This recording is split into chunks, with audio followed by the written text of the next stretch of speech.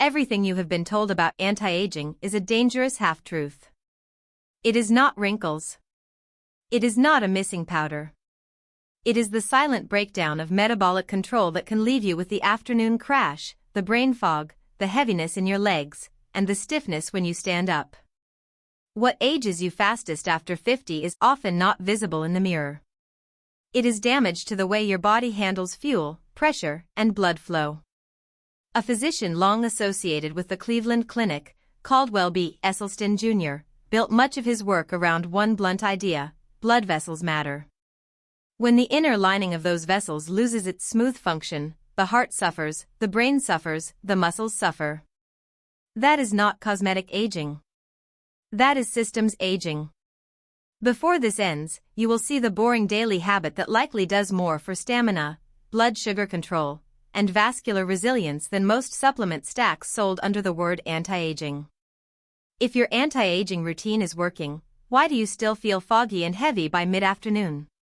Why do your thoughts turn dull after lunch? Why does your body feel like it needs a reboot by 3 o'clock? The answer may not be age itself. But the real problem is not that your body is getting old. It is that one hidden process may be roughening the system from the inside out. The name is insulin resistance with endothelial dysfunction. Clinical words. Mechanical consequences. Think of your blood vessels as a network of precision pipes lined with a low-friction coating. Think of insulin as the gatekeeper key that helps fuel move out of the bloodstream and into muscle and liver. When that key stops working well, more glucose stays in circulation. More insulin is demanded. More pressure builds. The fuel stream turns unstable. The inner coating starts losing its slick surface. Now go smaller. Microscope level. Glucose collides with proteins and fats. It sticks. It distorts structure. It behaves like sticky residue baking onto hot machinery. Inflammation follows like a smoldering fire in the walls. Nitric oxide, the lubricant that helps vessels relax, falls. The pipe loses flexibility. Flow becomes less graceful. The pump works harder. Your mitochondria, the cellular power plants, receive a less reliable supply line. That is when the engine starts sputtering. Brain fog. Afternoon crash. Slower walking. Colder hands. A body that feels older than the calendar says it should. Standard care can help manage risk. Medication has a place. But numbers on a lab sheet are not the whole story if the daily inputs keep grinding the same gears. If short sleep keeps the alarm switched on. If ultra-processed snacks keep dumping sticky sludge into the system. If long sitting keeps muscles offline, leaving less tissue available to clear glucose from the blood. This is where many people get trapped. They treat the dashboard light and ignore the overheating engine. And then the fear gets personal. Not abstract. Personal. You are not worried about looking older in a photo. You are worried about needing help you once never needed. Slower stairs. Shorter walks. A mind that hesitates on familiar words. Dependence does not arrive all at once. It arrives as erosion. Esselstyn's relevance remains here because his vascular lens points at the same core issue. When the vessel lining is injured, the damage spreads downstream. Heart. Brain. Muscle. Daily function. And if you think this only happens in people who visibly look unhealthy, that assumption can fail you. A normal body weight does not guarantee smooth fuel handling.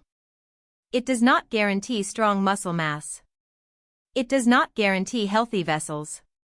Some people look fine in a shirt and still carry poor metabolic control beneath it. The pipes can be rough even when the exterior paint looks clean. In a moment, I will show you one of the least glamorous foods on the shelf that helps support this system from the gut outward. But first, if the pipes are being damaged every day, what is the first habit that actually starts relieving the pressure? The first lever is not expensive. It is brisk walking, paired with a consistent, high-fiber, mostly plant-based routine and regular sleep timing. That is the anti-aging routine that actually works best for most people because it attacks the problem from several directions at once. Walking gives muscle an immediate job. Muscle starts pulling glucose out of the bloodstream with less demand on the gatekeeper system. Vessels are exposed to healthier flow signals. The internal pressure drops. The fuel stream stabilizes. The engine runs cleaner. Read that again. The most powerful anti-aging move for many adults is often a walk after a meal, not a pill before bed.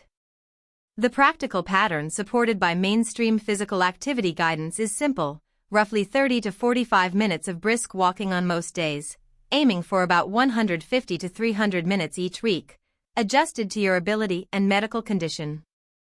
If possible, place some of that walking after meals.